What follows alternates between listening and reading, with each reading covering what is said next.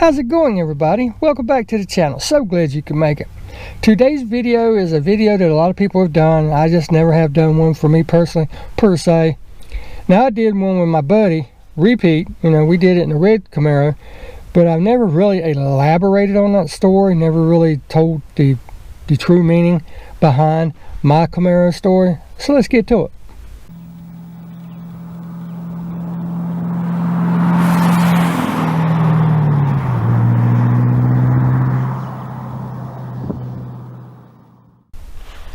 Now, like so many of you, my first remembrance of even wanting a car started with Hot Wheels.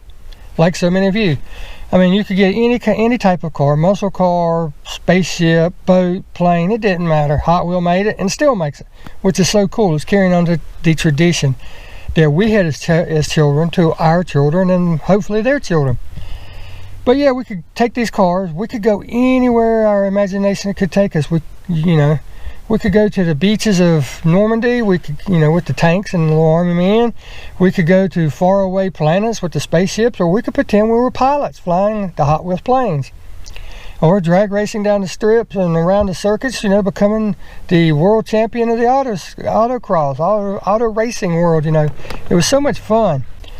And then as, time progressed, I got a little older and everything, I discovered the joys of magazines. Yeah, a lot of you people out there nowadays don't know what magazines are. I mean, they're disappearing. Everything's on the internet, sadly. Me personally, I like having it in my hand. I like being able to hold it, just stare at it, look at it, take it with me wherever I want to go, rather than being locked down in a room with a computer. But through the pages of the magazines, I learned what different parts were. I learned what a head is. I learned what a cam is. I learned what oil pan is. I learned different parts of the cars. But through the process, I also learned and saw the differences in makes and models of cars. And I learned how to, visually learned how to customize them. And, my thought process and my dreams were, if I had this car, I'd do this to it. If I had that car, I'd do that to it, It just adds to the whole thing that basically we're groomed for from the beginning. We start off with something like Tonka trucks, you go up to Hot Wheels and so on, and then we're up to the magazines. Now, if you haven't seen the video I did with Repeat, you really need to check it out. It's a little bit of fun, It's just a short story of why and how we chose the Camaro, but I'll put it up there so you can see it if you care to. My family, their cars were strictly utilitarian. Point A to point B, get the job done, get us home, don't cost a fortune and all that good stuff, And my parents always kept new cars. Every 2 to 3 years they were trading. That's just the way it was back then. Because back then, and we're talking, 60s, 70s, back then, cars didn't, if you had a car that made it to 100,000 miles, it was time to get rid of that joker. It was wore out. Nowadays, 300, 400,000 miles is nothing for a car if you take care of it. So we were strictly utilitarian. We had the cars like the LTD, which is a great car made by Ford. We had the Thunderbirds. My dad was in the Dodges, so he had the Furies and stuff like that, but strictly utilitarian cars, Family cars that were low, the insurance wasn't real high, and it just served the job. Load everybody up in the car, go across the country for vacation, drive back home, go back to work, That's just the type of cars that we have. But as I grew up in these neighborhoods and I would see the muscle cars, because like I said, I was born in '66. These cars were prevalent in the neighborhoods around that time. The Bel Airs were starting to drop off because everybody was trading up and then getting into the muscle car area. You had the Mustangs, you had the Camaros, you had the Challengers, the Chargers, AMX, and it's just, oh man. I've always said if I could be part of that time, I would love to go back to that time and actually be able to buy and drive one of these cars. Well, now I'm in the modern version of that, having 2 Camaros. But back to the moral of the story. I was driving, yeah. I was riding my bicycle through the neighborhood one day, and just all of a sudden I heard something fire up, and I was like, holy cow, what is that?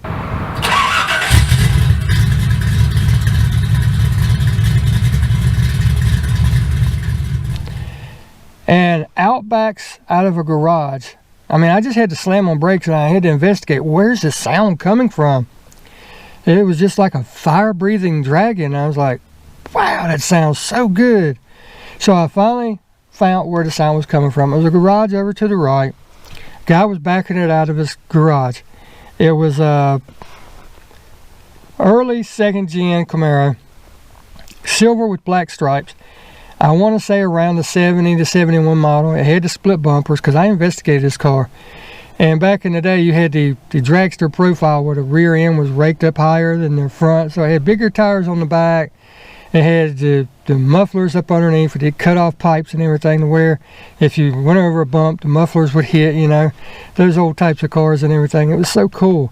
But here's this beautiful, I mean, this thing was shiny. It was like a new dime. And I was like, wow. So I got to talk to the guy. He told me what it was. And you know, it was a marvel. I was amazed right then and there because everybody had the Mustangs. Everybody had them. And I like them too. You know, if it wouldn't have been for the Camaro, and we'll get back to this in a minute, then I would be in a Mustang. And it's kind of crazy, but from that moment on, I really liked the Camaro because it was something different. It didn't sound like a Mustang, and it sure didn't look like a Mustang, and it was not, you know, not everybody had them, which is what one of the things that drew me to them. So now I'm going to take you back to the Mustang part. I had a 2001 Ford Ranger pickup truck. It was an okay truck. It did what I needed. It hauled what I needed. But from the moment it was bought brand new, it was nothing but issue after issue after issue. So the motor finally seized up in it. It spun a rod bearing. So what do? We go looking for another car. It's time to get another car. The wife's wanting a Mustang. Okay, no problem. She wants a Mustang GT convertible. Well, you know, me being a car guy, or wanting to be a car guy at that time, I was like, okay, well, we'll get one, but let's get a Cobra. I want a Cobra, you know. I want, you know, I don't want just what everybody else has got. I want something different. So we started test driving. We went all over the place, and I had enough money to pay cash for it. And so we would go to this dealership, try out this one, you know, spend an hour and a half, 2 hours picking out the right one, talking to the salesman, and they just would not work with us. The most they would come down on it was $500. $500, and I'm paying cash. So we're sitting here test driving all these Mustangs, one after the other, and the wife's getting more frustrated. I'm getting more frustrated. So we just looked at each other and said, let's look at something different, just for kicks. Let's look at something different that you might like. We're flipping through the car trader, and she says, I know what you're going to say when I tell you this, but it was a fun little car at the time. And she wanted one of these at the same time that she wanted a Mustang. She was like, what about a Geo Tracker? Fun little car, you know, 4-wheel drive and all that stuff. I know. But that's what she wanted. And like I said, it was popular at the time. Knowing today what we know now, we'd have stayed away from it, wouldn't even thought about it. But with all that said, so we found one at a car dealership in the Auto Trader. For those that you don't know, Auto Trader is a little weekly, for lack of better terms, magazine. It's a print ad, book, whatever you want to call it. It has all the local cars in it and everything that the dealerships or private sellers have sent in photos and descriptions. They print it out, post it in all the local convenience stores and even grocery stores, and you go look at it and find it. If it's somewhere like a dealership, they'll have the address with the phone number. If it's private seller, they'll have the phone number. So we knew where this dealership was that had the Geo Tracker. We drove up there. We got up there, looked on the front of the building, no tracker. We drove around the building, no tracker. So I said, well, heck, you know, these places are constantly moving inventory, getting on detail, tires put on, whatever. So I got out and I went up and asked. He said, no, we sold that one about an hour ago. Great. So as we decided there's nothing else there we want to look at, so we pulled around behind the building, come out the other side, and as we come out the other side, there sits a black Z28 Camaro.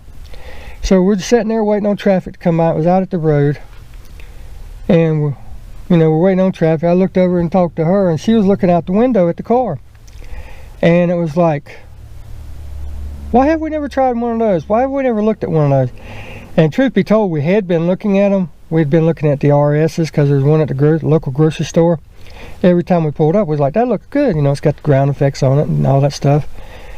But we never really thought about getting one. We never really tried one. Now keep in mind, up till right now, this point, we'd probably driven 50 to 60 different Mustangs. I mean, I've gotten on them leaving the dealerships. I mean, I drove the crap out of them. So I looked at the price in the window. The price was reasonable. And I was like, well, let's try it out. And we did. We went and talked to the guy. He come out, explained everything about the car to us, put a tag on it, said, here's the keys. Take her for a spin. So I politely pulled out in traffic, went down, made a right. And it was in the business district, so there was this long road with nothing but businesses that are closed because it's after 5 o'clock in the evening. I decided to get on it. I did. I mean, I got on it. As soon as I hit the brakes, I looked at the wife and she was already looking at me and we was like, what? What just happened? That was our reaction, I swear to God. Now what just happened? We ended up buying that car and I am currently sitting in it. Yes, we bought the car on the spot. We went back, talked to the guy, he came down on the price a good bit actually. And we ended up buying the car. I'm sitting in it right now. It's been driven hard. I love the car. It's held up well. It is now starting to show signs of age. The seat, you know how these seats are sliding in and out. It has a spot on it where I need to get it fixed or replace the seats. The plans are to replace the seats. I'd like to find some more that are in better, good condition, or replace with some racing seats. The paint is starting to show signs. It's a daily driver, going up and down the highway. It's got rock chips on the front of it now, but you stand back and look at this car. It is an amazing shape for a 1993. I mean, I've done a lot to it, put the stripes on it, put a different stereo system in it, and all that stuff. But the point is, here we are at 214,000 miles. It still drives real good. It still runs real good, and I still love the car. Every time I sit down and I still get that feeling of like, I like this car. It's fun. Now that is not the end of the Camaro story. I mean, it's a long one, I know, but I wanted you to get the full details of the beginning of why Camaro. It's different. It sounds different, it looks different, it rides different, it feels different. But now I've had the car for several years. We've gone through other vehicles and everything. This one has stood the test of time. I still have it, and I'm not planning on letting it go anywhere. But life has a weird way of rearing its ugly head. I cannot predict what tomorrow is going to bring. But with that said, it came time. Our other vehicle was starting to show signs of needing to go. So we were looking at another car. I was at that time looking at pickup trucks. I wanted a pickup truck because I'd gotten rid of my pickup truck and gotten the Camaro. So the wife ended up, she got her an Explorer Sport Track, which is a combo pickup truck Explorer. It did everything we needed at the time. She really loved that vehicle, and I swear I wish I could have kept it for her. But a lot of things went wrong with it many miles later. And during this time, new designs of cars were coming out. They had stopped production of the Camaro to 2002. They had stopped production of the Camaro, so they were no more. If you wanted one, you had to get an older one. Lo and behold, Mustang did their refresh. Really sharp looking car and everything, just not for me. The Mustang has went so European looking, it just does not appeal to me anymore. They sound good, they ride good, great performance, I know. They respond really good to modifications, but it's just not for me, the looks.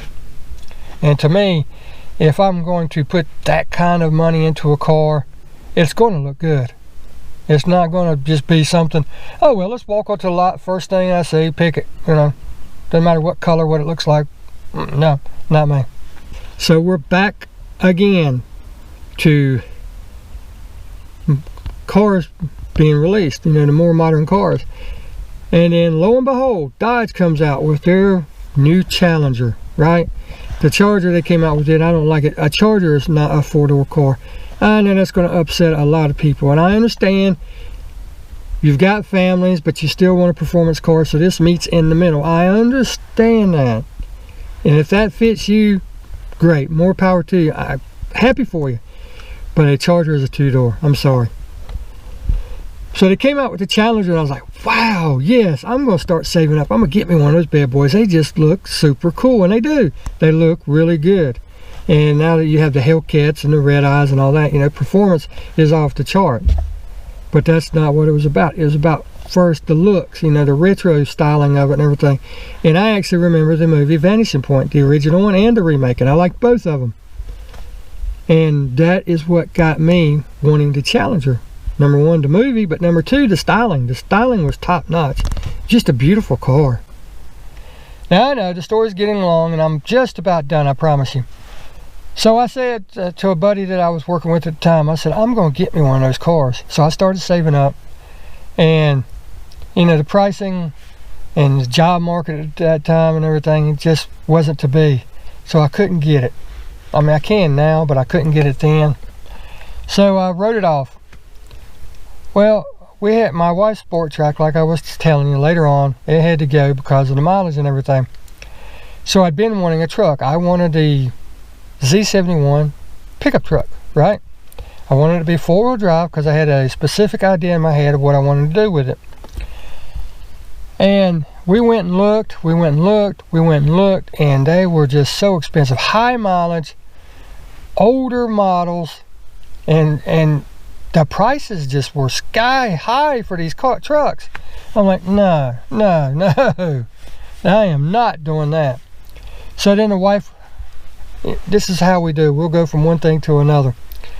And during the back of my mind at this time, let me go ahead and just insert this tidbit.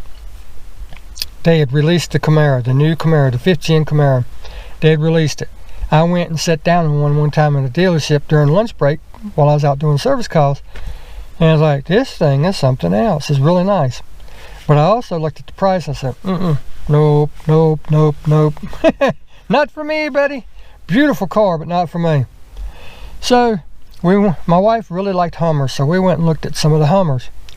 And they were nice, but just like the Mustang, they really did not want a deal on them. So then we went to a few other car lots, looking at different makes and models and everything. And then we pulled up to this last dealership. And the reason I say last is because, you know, the old saying, it's the last place you look where you find something, right? And the funny thing about that is, isn't it supposed to be the last place you look if you find what you're looking for? Are you really going to keep looking? But we go to this dealership, we're looking at a brand new dealership, we're looking at cars and everything, and I just happened to glance out across the used car lot. And I seen this car, and I'm like, wow. I tapped the wife on the shoulder. I said, can we go out there and look at that first before we look at anything else? So we walked out there and looked at it, and I instantly fell in love. I was like, oh. You know how the first time you see your significant other, doesn't matter what, I'm not being biased here or anything, or judgmental, your significant other, first time you saw him, you was like, something just, you know, it was like, wow. And that's how I was with my wife when I met her. When I first met her, I was like, oh my God, I have got to talk to her. Well, same thing with this car. I know it's a little corny and all that, but when I saw the car, I was like, and I looked in the window and I saw the price, I said, can we test drive this, please? And we did. And by now, you're probably wondering what car that was. That one right there. Yes.